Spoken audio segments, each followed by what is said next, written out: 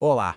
Hoje a gente vai mergulhar fundo numa das visões mais impressionantes da Bíblia, que fala sobre a teologia da esperança, lá em Ezequiel 37.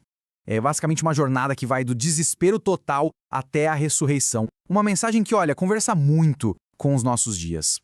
Para a gente entender a força dessa história, primeiro a gente precisa sentir o tamanho do problema. Sabe, a visão começa com essa frase, que é o desabafo de um povo. É uma sensação de morte definitiva, onde a esperança não só acabou, ela pereceu.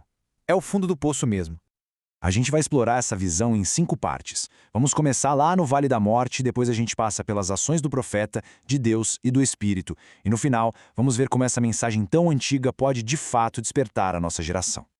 Então, para começar, o que significa de verdade esse tal de Vale de Ossos Secos? O que ele realmente simboliza? O contexto aqui é tudo. Pensa só, Ezequiel está profetizando durante o exílio na Babilônia. A nação de Israel tinha perdido tudo, sua terra, seu templo e, o pior de tudo, sua esperança.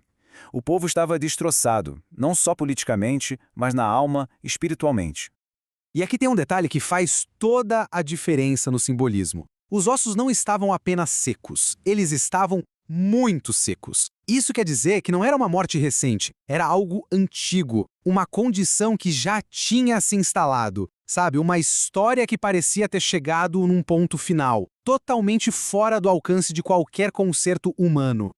E esse símbolo, tão antigo, conversa diretamente com situações que a gente reconhece hoje. O vale pode representar vidas que estão espiritualmente mortas, igrejas que perderam aquele fogo, sabe? Lares, ministérios que parecem parados no tempo. É a imagem de tudo aquilo que parece ter sido derrotado e esquecido. Certo. Agora vamos ver a ação do profeta. No meio desse caos todo, o que ele faz? Qual é o papel dele? E é bem aqui que a narrativa tem uma virada. Em vez de só mostrar aquela cena de desolação, Deus entra em cena. Ele inicia um diálogo que desafia tudo o que se podia ver ali. Essa é a pergunta-chave de toda a visão. Ela força o profeta e a gente também a olhar para além da lógica, para além do que é óbvio e a pensar na possibilidade do impossível. Não é uma pergunta sobre o que é, mas sobre o que pode ser, sobre fé no poder de Deus. E a reação do profeta se desenrola em 4 atitudes. Primeiro, ele não fica olhando de longe seguro. Não, ele entra no vale. Ele ouve a pergunta de Deus e, o mais importante, em vez de ficar lamentando aquela morte toda, ele obedece e profetiza a palavra que tem poder para criar vida.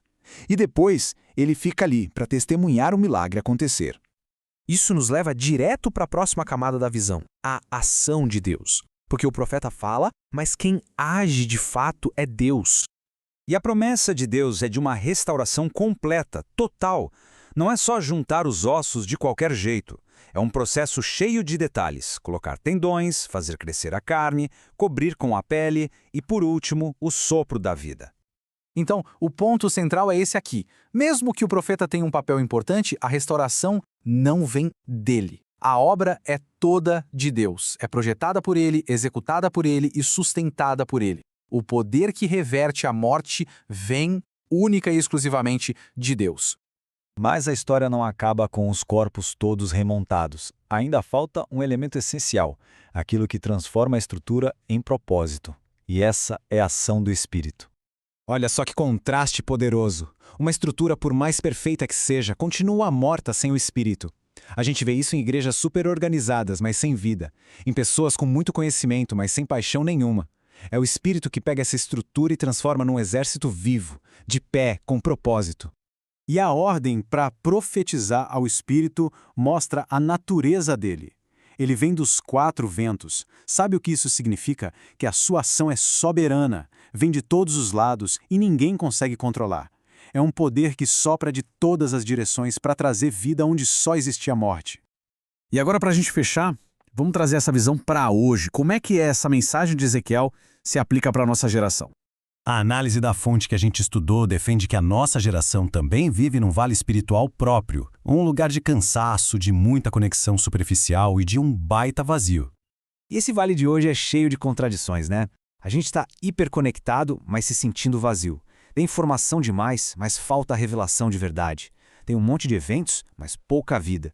Um foco total no agora que gera uma ansiedade crônica.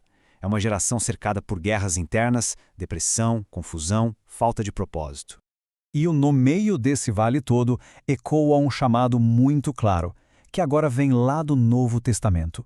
É um comando direto para despertar espiritualmente, uma convocação para se levantar desse estado de morte e receber a luz.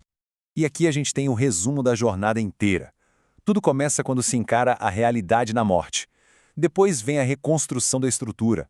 O corpo ganha forma, é preenchido pela vida do espírito e, finalmente, se levanta como um exército, com um propósito totalmente novo. É um processo divino do começo ao fim. E essa é a transformação final.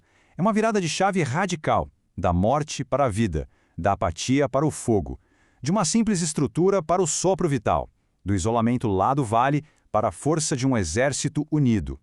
E a gente termina com essa reflexão.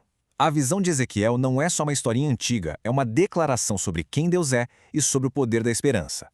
Se um cenário de morte total, de algo que já estava morto há muito tempo, pôde ser revertido de um jeito tão espetacular, o que isso diz sobre as situações de vale nas nossas vidas, nas nossas comunidades e na nossa geração? A pergunta fica no ar: que tipo de restauração é possível acontecer hoje?